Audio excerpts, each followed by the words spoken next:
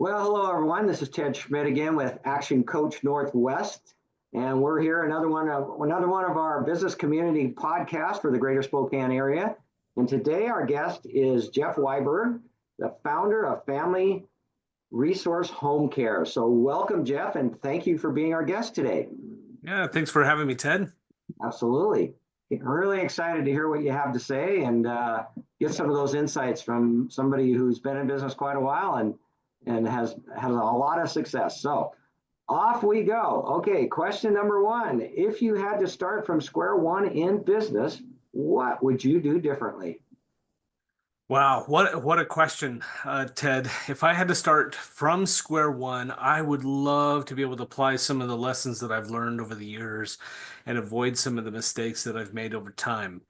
I would say that the largest area where I would seek to improve is in the identification of really good talent, people who Mm, can surround me, who know way more than me in their specific field or expertise, and be absolutely willing to pay for that.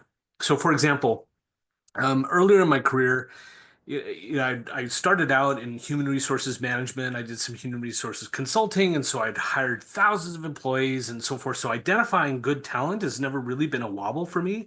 What was super fascinating that I had to learn is that as I grew my business and we started out as, kind of a smaller bootstrapped company, and so you kind of cobble together a few people, maybe Jacks and Jills of multiple trades, and not necessarily a right. master of any particular one, and you kind of hobble along in that way, and allow for people to kind of grow along with you, and that's a fantastic story. It's phenomenal for culture. It's phenomenal for long lasting friendships and so forth.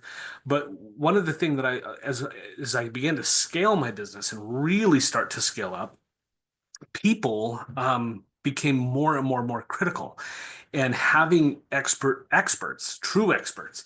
And I used to think, oh, gee, if here in Spokane, if I hire an HR person for $150,000 a year, that's a good job. I should be able to get a good quality person for that kind of money. And what I didn't really recognize is that to have world-class talent around me, I really needed to be willing to pony up a little bit more, invest a little bit more. And when I did, I found that, my goodness, these people are relieving me of so much of my day-to-day areas where I'd spend my time, to where I could truly focus more on vision, high level strategy, and then they're phenomenal at executing. We began to grow by leaps and bounds after I finally learned that lesson. So if I started from square one, I would invest a little bit more energy, time, and money into surrounding myself with excellent, world-class Mm, talent. all right. So surround yourself with people that are better at whatever they do than you are and Amen to let them do it. I that. love it. I love it. World-class talent. Wow. Okay. Excellent. Uh, so what have your biggest learnings been as an employer since you began in business? Well, you asked specifically as an employer, and Yes. that's interesting. Because to be an employer, that implies, again, we're going back to people. But I'm a big believer in the Peter Drucker quote that says, "Culture eats strategy for breakfast." In my industry, home care, oh, gee, we're really well positioned. We've got an aging population. That population is more and more experiencing chronic illness and other disabilities, maybe memory loss issues, et cetera, that require assistance. So, and yet Mhm. 90% of people want to stay in their own home. So um, in the home care world, it's like, boy, we have this unlimited, what seems to be an unlimited group of potential customers. And yet, uh, the ability to affect a good strategy of delivering good services to that group is completely contingent upon having a good culture, because we're people caring for people. And so working on the culture actually ended up truly becoming more important for being able to grow, being able to expand our services than protocols around those things or systems and processes, which yes, have their place, is super important. I totally believe that, but I think that it's kind of almost a two for one. You know, for every 1 hour I could spend on systems, processes, and building out bureaucracy so that people don't have to necessarily make mistakes. If I spent half that amount of time on just working on culture, then people needed less guidance and systems and rules and so forth in the organization, and their motivation to work smart, their motivation to work hard, their motivation to see to it that our mission was fulfilled grew exponentially. So culture definitely eats strategy for breakfast. If you don't have a good culture, it doesn't even matter how good your strategy is, and or even how good your macro economic circumstances are, like we have in home care. You can still fail and fall flat on your face if you don't have a good culture. So if you were to give a business owner, a small business owner, a tip on how to create and or maintain a great culture, what would it be? What would your tip be? Good question. So I would define culture as a combination of two things. It's the way we do things around here and the why we do things around here. So there's the what and the why. So how do you get to the what? It's being really deliberate about ensuring that any new individual that joins a team, I don't care how small that team is, that is a threat to your culture because they bring their own experiences, their own ideas, their own backgrounds, and so on and so forth, which is ostensibly the reason why you hired them. But Mhm. they'll have a set of expectations of how that's going to roll out, what their experiences are going to be like. And if any of their past experiences have been negative, they might have some defensive behaviors, things like information hoarding or undermining or gossiping or comparing or whatever that we do as human beings, in part because we value our circumstances and we're naturally led to defend them. Mhm. That being said, if you invest a lot of time into training on the way we do things around here, it kind of removes some of that mystique. It helps them to feel empowered. It helps them to get a good lay of the land. It helps them to feel a little more comfortable in their own skin. They're a little less focused on self-defense and a little bit more focused on learning. Combine that with the why. Now it becomes a culture. Now it becomes really powerful. This is what we do, and here's why we do it. I'll give you a simple example. Let's say I had I'm a car mechanic and I've hired my very first technician. So I'm a individual sole proprietor, and now I've hired my very first employee. You would still need to establish what a culture looks like. What do you value as a car mechanic? What do you want to be known for? What's your brand promise to the community?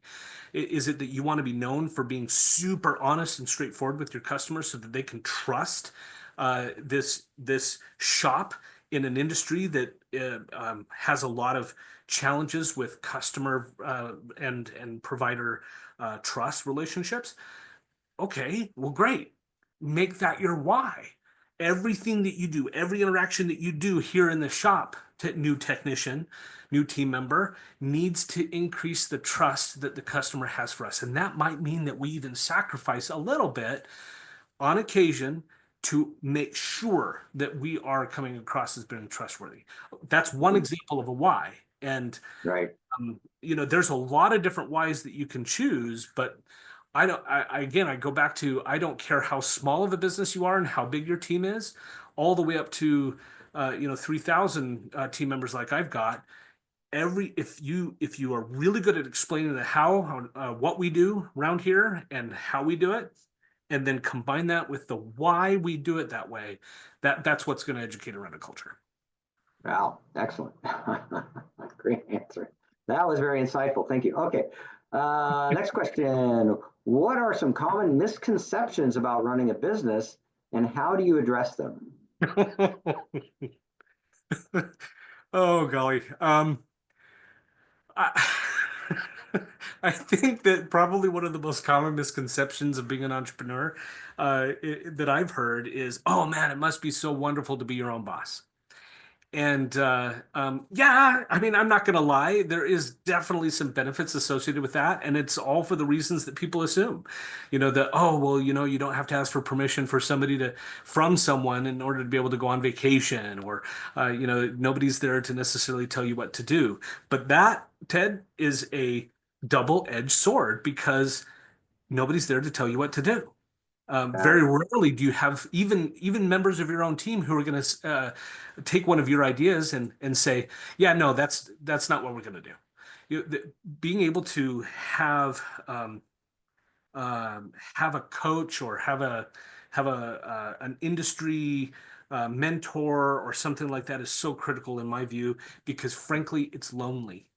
Um, it's lonely to be at the top of an organization. It's lonely to be an entrepreneur, and um, it's hard to not have someone who says, "Hey, don't go down that path because I can see around the corner, and that's a failure path." So instead, you find yourself making mistakes that sure are great learning opportunities, but there's lost opportunity cost associated with each one of those mistakes. And so a misconception um, would be how lonely it can be without a little bit of help here and there. And you know, I certainly I could go into things like, well, you work twice as hard and all that kind of, and yeah. That was absolutely true, especially in the beginning when you're bootstrapping and such. Man, you really do have to work hard. But if you're doing it right and you're preparing your business to really be self-sufficient, to where you're not having to work around the clock, which means that you're not a micromanager. You're really doing a good job of that culture piece that we just talked about. You can get a good work-life balance. I think there's a misconception that you can't have a good work-life balance as an entrepreneur. Um, but the one that nobody really talks about, that at least in my circles or in my experience, has been how lonely it can be. And so my opinion is to always have a network, a mastermind group, a group of colleagues, a coach, a board of directors, some group that you can take your ideas, your challenges, your solutions, and just throw them against the wall. And they don't have the same kind of vested interest as a subordinate to say, yes, that's a fantastic idea, Jeff. Um, okay. you want people who can actually say, I don't think that's the right way to go. That's Yeah, super. excellent. Good answer. Well, thank you for the plug for coaching. I appreciate that. That's good. That was totally unintentional, by the way. That was not set up, by the way. No, no. Okay. So what do you attribute your growth to? I think you've kind of already answered that a little bit, but if you'd like to expand on that maybe a little. Yeah, I would say, I'm incredibly blessed, Ted. I mentioned earlier that in the home care space, for those who aren't familiar with it, does have a lot of really good macros. But I'll tell you this, the average size of a home care agency in the United States right now today is 1.8 million in revenue. And as far as home care agencies go, that's not very large. It's a very low margin business. So I mean, that could be a lifestyle type job, but it's not going to make you wealthy. Um, so the reason why it's the average size is so small is because of the fact that very rarely do you find individuals who are running a home care agency who really have a business brain or background and understand the ability to create replicatable systems and then combine that with good culture work.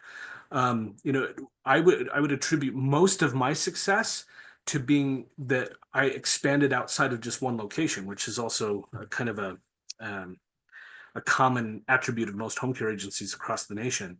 So if I mean, I started here in Spokane, of course, and this is where our largest branch is still located to this day, and it's grown. I mean, it's a $10 million book of business just by itself, which is fantastic. It's 5 times larger or 6 times larger than the average agency across the United States. But if I hadn't gone through the effort of expanding out to new locations, um, then we wouldn't be as successful as we are today. I mean, we just crossed over 130 million in annual revenue, and I would say that that wouldn't be possible without creating those replicatable systems that can go into other locations, and then combine that with the fact that we've worked really hard on the culture side. That culture side of the way we do things, combined with the idea of why we do them, and get people to really inculcate that into their daily life, and then they can execute it whether they're in downtown Seattle or Corvallis or Pendleton, Oregon. It doesn't matter where they're at. If they're doing it for the right reasons and they're following good business principles, we'll be able to grow. So that's what I would attribute our growth to. Excellent. Excellent. Very insightful. Okay. You touched on this actually a little bit. How do you balance your personal life with the demands of running a business? Yeah, a little bit of a misnomer, at least in the beginning. I got to tell you that, man, it is tough to get going because you just don't have the resources necessary to surround yourself with a lot of people to take care of a lot of the responsibilities of running a business. And when you first start out any business, there is a huge, wide array of things that you have to pay attention to. You got to pay attention to the financials. You got to pay attention to tax. You got to pay attention to HR law. You have to pay attention to just dozens upon dozens of examples of different things. And if you're a small organization, that tends to fall heavily upon the owner because the owner's not yet in a position. The business hasn't grown to a sufficient size to maybe be able to bring in specialists along those ways. So initially, I found it hard, and I think that probably a lot of entrepreneurs find it hard to find balance. But one piece of advice that I received early on was, as quickly as you possibly can, replace yourself. And what that meant to me, and what this coach guided me on, was the idea that all the stuff that I do in the business takes away from my capacity to truly work on the business. And that really is the focus of a CEO, for example, or president, or the leader, owner, manager, whatever you want to call yourself. That really is the focus. So when I realized that, okay, I'm the one who's doing the financials, I needed to bring in somebody who could do that. That was one of my first hires. Then I brought in an HR manager, and then I brought in these specialists, and I surrounded myself with these great people. And eventually, like I mentioned in the beginning of the conversation, I needed to up level those positions, at least on our C-suite. But I'll tell you that replacing myself within the business was a huge way to accomplish more work-life balance. You're only as good in your business as an owner as a good human can be if they're not burning things like sleep or food or exercise or family relationships, the things that feed your soul. It takes away from your ability to actually give your best to your business. And so I extol the idea of replacing yourself within your business as soon as the business can do it. Yeah. Yeah, I love that. Work on your business, not in it. That's key. Yeah, absolutely. Okay, we're only 3 questions left, believe it or not. Here we're sailing along. What qualities do you look for in employees, and how do you foster a positive and productive work environment? I think you've maybe answered that, but if you have anything to add. Yeah, I would add that I would rather attitude over aptitude, because aptitude can be learned. And obviously you want to try to get somebody who has the skills, knowledge, and ability for any job that you're hiring for. But we tend to overemphasize on those key components of someone fitting into the job, and we don't focus as much on fitting into the culture. And I'm sounding like a little bit of I had no intention of doing this necessarily today, but I'm sounding a little bit like a broken record here. But making sure that somebody fits into your company is about the right attitude that matches the values that the organization extols as part of its day-to-day culture, the whys. And I find that if you get somebody with the really the right good fit, who belongs on your bus, then it's easier to find them a seat in which they belong from an aptitude standpoint. Excellent. Excellent. Okay. Second to last question here. What question should I be asking you that I haven't? That's so funny because my when I had reviewed these a few days ago, these questions and such, one of the things I thought of is, man, we're not talking very much about culture. And so I was going to suggest that, hey, what do you think about how important is a culture to an organization's strategy and being able to move forward? And yet we've definitely covered that Yeah. quite extensively here during the course of our conversation. So I'll say I mentioned earlier that it's a lonely um, road to drive down. And so finding someone that has been there, done that, um, as a mentor, as a coach, as a guide that you can talk to on a regular basis, I think is some of the best advice that I could possibly give. And the value that that brings is it helps you to see around the corners that you have not been, but they have. And within our industry and such, I've had the opportunity to even do that a little bit, in helping organizations kind of get past the plateaus that they find themselves in. Mhm. And so the question could be, well, Jeff, when is the right moment in which to involve somebody like that? And I would say when you are feeling a little bit stuck, when maybe revenue is a little bit flat, or you're finding that you've got too much turnover going on in your organization, or you're finding that you don't know what to do next, or maybe you're even scared by how big your company has become, and Mm, that's a yeah. little nerve-wracking.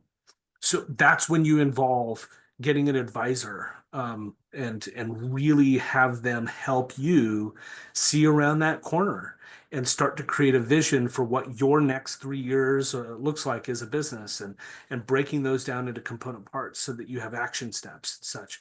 And I think the last thing that I'll say on this is um, the the the value of accountability is huge, because when you have an advisor that helps you to create a plan, and then you're checking in with that advisor on a regular basis, one of the things that they do for you as an owner is they give you something you don't get otherwise, which is the accountability of being able to come back, return a report, and say, I did what I said I was going to do. And that for me has been very valuable, because I may give myself an excuse to pass on a task that is a little unsavory, or I just don't like it.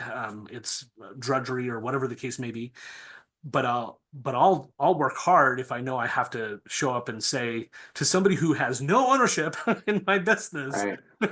if I have to show up and say, hey, I did that thing that I said that I was going to do, because that speaks to one of my values. So I think that's Yeah. incredibly valuable as well.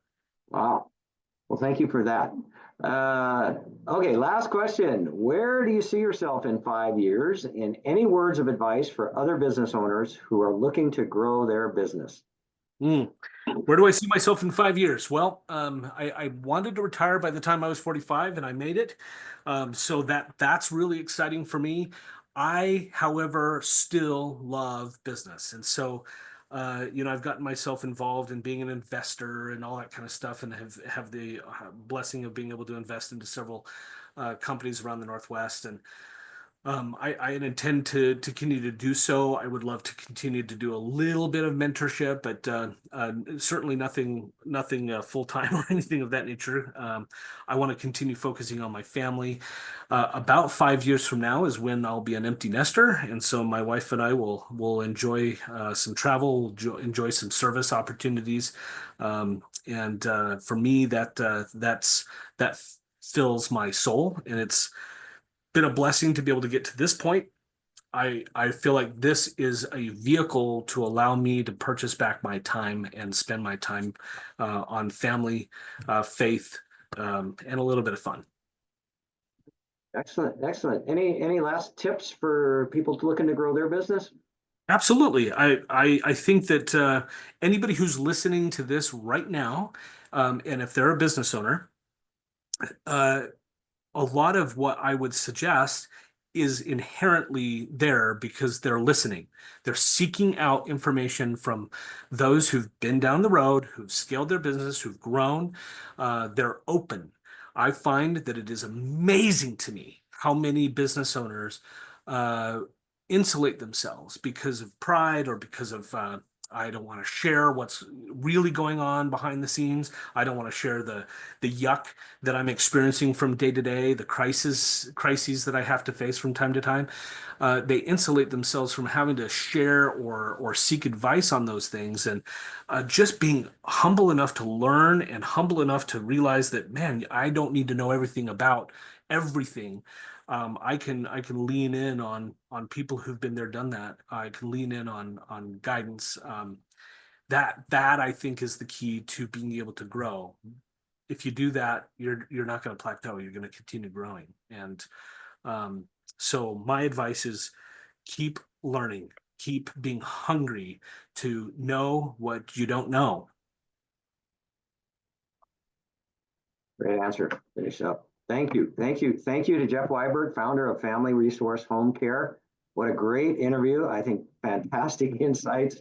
I'm going to have to watch this again. I definitely. So outstanding job. Thank you again, Jeff. And we'll see you again soon on our Action Coach Northwest Business Community podcast. Take care, everyone. Thanks.